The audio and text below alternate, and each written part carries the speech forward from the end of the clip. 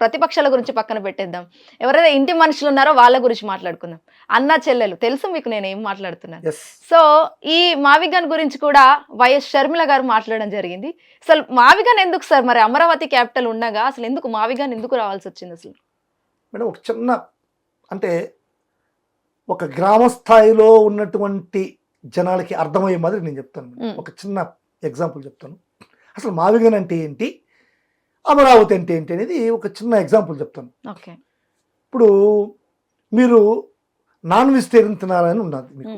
Non vegetarian తినాలా, chicken తినాలని ఒక కోరిక ఉంది మీకు. అంటే మీరంటే ఆంధ్ర రాష్ట్ర ప్రజలు చికెన్ తినాలనేటువంటి కోరిక ఉంది.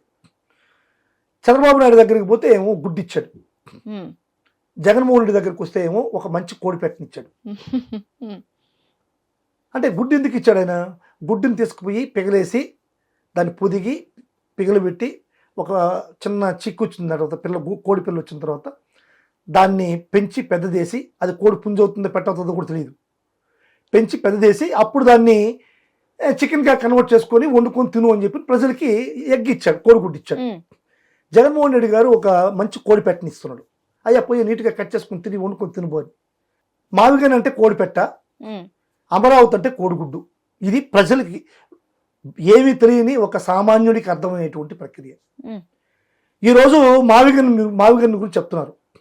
మావిగన్లో ఆయన పేరు ఏదో గన్నుంది, జగన్ను. అది గుంటూరులో ఉండేటువంటి గన్ను, జగన్ పేరులో ఉండేటువంటి గన్ను కాదు. గన్ అంటే జగను, జగన్ అంటే మీకు భయం, ఆ పేరు పలకడానికి భయం మీకు. ఇంక మనం ఏం చేద్దాం దానికి? జగన్ను నిజంగా గన్నే ఆయన. గన్ రాజశేఖర్ కరెక్ట్గా పేరు పెట్టారు, జగన్ నిజంగా గన్ ఆయన. ఆయన చూసి భయపడాల్సింది తప్పదు. మీరు గన్ చూసినప్పుడు జగన్ గుర్తుకొస్తే ఇంకా మనం ఏం చేయలేము దానికి. ఇప్పుడు మావిగన్లో ఉండేటువంటి పేరు ఏదైనా మార్చుకోండి. మావిగన్ కాకుండా ఉంటే దాన్నే అమరావతిని పెట్టండి. మీకు అమరావతి నచ్చుకుంటే భ్రమరావతి అని పెట్టండి. భ్రమరావతి నచ్చుకుంటే కమరావతి అని పెట్టుకోండి. మాకు పేరు is not an concern there, the place is an concern. ఆ తర్వాత ఇప్పుడు కొత్తగా షర్మిలాని తీసుకొచ్చారు. అంటే చంద్రబాబుకి ఎప్పుడు ఆపద వస్తుందో, చంద్రబాబుకి ఎప్పుడు అవసరం వస్తుందో ఆమె ప్రత్యక్షం అవుతుంది. ఎవరు? షర్మిల ప్రత్యక్షం అవుతుంది. ఇటువంటి కార్యక్రమాలన్నింటినీ షర్మిల దగ్గర చెప్పిస్తున్నారు. మావిగన్ అంటే ఏంది, మావిగన్ అనేటువంటిది ఒక తొగ్లక్ ఏరియా అని షర్మిల దగ్గర తెప్పిస్తున్నారు. మాకు అన్యాయం చేశాడు జగన్మోహన్ రెడ్డి గారు అని చెప్పని. కుటుంబ వ్యవస్థలు ఏ విధంగా ఉన్నాయి? ఒక ఆడబిడ్డకి ప్రక్రియలో పెళ్లి చేయాలి. పెళ్లి చేయాల్సినప్పుడు మంచి కుటుంబాన్ని చూసి పెళ్లి చేసి కట్న కానుకలు అనేటువంటిది ఇచ్చి పంపిస్తారు. అంటే మగాళ్ళుగా ఉన్నటువంటి మాకన్నా కానీ తండ్రి ఎక్కువ ఆడబిడ్డ పైన ఉంటుంది. తండ్రికి ఎప్పుడు ఆడబిడ్డ పైన ఉంటుంది. తల్లికి మగబిడ్డ పైన ఉన్నా తండ్రికి ఆడబిడ్డ పైన ఉంటుంది.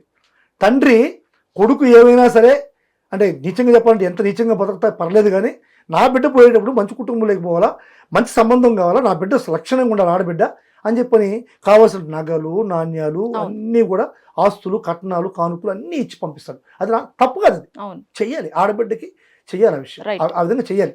నేను కూడా మనస్ఫూర్తిగా సమర్థిస్తున్నాను. ఆ విధంగా రాజశేఖర రెడ్డి గారు షర్మిల గారికి పెళ్లి చేశారు.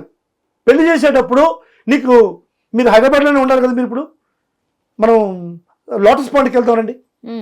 లోటస్ పాండ్ ఇల్లు చూడండి. జగన్మోహన్ రెడ్డి గారి ఇల్లు ఇక్కడ ఉంటే దాని పక్కన షర్మిల గారి ఇల్లు ఉంటుంది. పెద్ద సెలువు వేసి కూర్చో ఉంటుంది ఆమె షర్మిల. ఆ సెలువులో కూర్చో ఉంటుంది చూడండి. అంటే రాజశేఖర రెడ్డి గారు ఇచ్చేశారు ఏమేమి ఇవ్వాలనో. ఒక పవర్ ప్లాంట్ ఇచ్చారు, ఒక హైడ్రో పవర్ ప్లాంట్ ఇచ్చారు, ఆస్తులు ఇచ్చారు, అంతస్తులు ఇచ్చారు. అదేవిధంగా కోడూరులో ఉండి ఇల్లు ఇచ్చారు. మన పులివెందుల్లో ఉండేటువంటి ఒక 7 ఎకరాల నేల ఇచ్చారు, చాలా విలువైన నేల, 7 ఎకరాల నేల ఇచ్చారు. అదేవిధంగా కోడూరు దగ్గర ఒక 60 ఎకరాల ల్యాండ్ ఇచ్చారు. ఇవి మాకు తెలిసి ఇంకా ఎంత ఇచ్చారు అనేది ఇంకా వాళ్ళ కుటుంబం, మనం దాన్ని అంతా కూడా ముందుకు తీసుకుపోయేటువంటి పరిస్థితి లేదు. రాజశేఖర రెడ్డి గారు ధర్మంగా తన బిడ్డకి ఏం సెటిల్ చేయాలో చేసేసి వెళ్ళిపోయాడు. ఈరోజు మీరు రాజశేఖర రెడ్డి గారు జగన్మోహన్ రెడ్డి గారిని అపనందులు పాలు చేస్తా ఈ విధంగా తిరగడం అనేటువంటిది కుటుంబాన్ని, రాజశేఖర రెడ్డి విలువలు, విశ్వసనీయతని దెబ్బతీస్తా కుటుంబాన్ని రోడ్లో పెట్టే షర్మిల నీతిమాలిన చర్య కాదా? షర్మిలది మనం ఆలోచించాలి. షర్మిల ఇప్పుడు షర్మిల గారు ఒకటి అంటున్నారు, ఇప్పుడు నేరుగా వస్తూ ఉందని. జగన్మోహన్ రెడ్డి గారు అనుకుంటే 6 నెలల్లో రాజశేఖర రెడ్డి గారు తలపెట్టినటువంటి జలయజ్ఞాన్ని పూర్తి చేసి ఉండొచ్చు అని చెప్పి అంటుంది. సరే, రాజశేఖర రెడ్డి గారు జలయజ్ఞంలో జగన్మోహన్ రెడ్డి గారు ఏం చేశారో అనేది ప్రజలకు తెలుసు. దానికి నిదర్శనే ఈ రాయలసీమ ఎత్తిపోతల పథకం. మరి ఈరోజు ఏదైనా సరే ప్రతిపక్షం, ఇప్పుడు మీకు 1% ఓట్లేదు, ఇక్కడ కాంగ్రెస్ పార్టీకి 1% ఓట్లేదు, మీ పార్టీకి విలువ లేదు, విశ్వసనీయత లేదు. ఆంధ్ర రాష్ట్రాన్ని అడ్డగోడుగా పార్లమెంటు డోర్లు మూసి విభజన చేశారు, అనైతికంగా విభజన చేశారు. విభజించినటువంటి ఆంధ్ర రాష్ట్రానికి మీరు చేసినటువంటి అన్యాయం, ద్రోహం ఇంకా 500 సంవత్సరాలైనా సరే ఆంధ్ర రాష్ట్ర ప్రజలు మరవరు. మీరు జగన్మోహన్ రెడ్డిని అడ్డం పెట్టుకొని ప్రజల్లోకి రావాలంటే జరగదు షర్మిల, మీరు గుర్తుపెట్టుకోండి. మరి ఈరోజు ప్రతిపక్ష పార్టీగా ఉన్న మీరు జగన్ ఫస్ట్ రాజశేఖర రెడ్డి చనిపోగానే జలయజ్ఞం ఆగిపోయింది. ఆ తర్వాత ఎవరు వచ్చారు ముఖ్యమంత్రులుగా? కాంగ్రెస్ పార్టీ వాళ్ళు కదా. రోసే రాలేదా? కిరణ్ కుమార్ రాలేదా? వాళ్ళు ఏ పార్టీకి సంబంధించిన వాళ్ళు? కాంగ్రెస్ పార్టీ కదా. ఆ రోజు సోనియా గాంధీ కనుచరణలోనే కదా వాళ్ళు పనిచేశారు. మరి ఎందుకు జలయజ్ఞం కంటిన్యూ చేయాల? 6 నెలల్లో చేయాల్సిన ముగించాల్సినటువంటి జలయజ్ఞం 4 సంవత్సరాలు ఎందుకు పెండింగ్ అయింది? ఆ రోజు ఎందుకు మాట్లాడాలా? మీరు మీ సోనియా ఎందుకు మాట్లాడాలా? మీ రాహుల్ ఎందుకు మాట్లాడాలా? చేయొచ్చు కదా జలయజ్ఞాన్ని. రాజశేఖర రెడ్డి గారు చనిపోయిన తర్వాత పూర్తి చేయొచ్చు కదా 6 నెలల్లో. 4 సంవత్సరాలు ఏమి గుడ్డి గాడిదలకి ఏమన్నా పొడుగు అవుతున్నారా? లేదంటే ముడ్డి లేని గుర్రాలకి ఏమన్నా ఊతం వేస్తున్నారా? మీ సోనియా గాంధీ, మీ రాహుల్ గాంధీ నువ్వేం చేస్తున్నావు ఆ రోజు? మరి ఆ తర్వాత వచ్చిన చంద్రబాబు నాయుడు గారు 5 సంవత్సరాల పాలనలో ఏం చేశావు? ఆ రోజు చంద్రబాబు నాయుడు గారు పరిపాలన వచ్చుగా. ఆ తర్వాత వచ్చిన జగన్మోహన్ రెడ్డికి 100 కష్టాలు పాలనలో. ఒక పక్క మహమ్మారి, కోవిడ్ మహమ్మారి, 3 సంవత్సరాలు అసలు రాష్ట్రంలో ప్రజలు ఒకరినొకరు తల్లి బిడ్డ భార్య భర్త కూడా చూసుకునే పరిస్థితి రాష్ట్రంలో ఉంది. ఇటువంటి పరిస్థితుల్లో ధైర్యంగా ధీటుగా ఎదుర్కొన్నటువంటి ఒక దైవ సమానుడు జగన్మోహన్ రెడ్డి.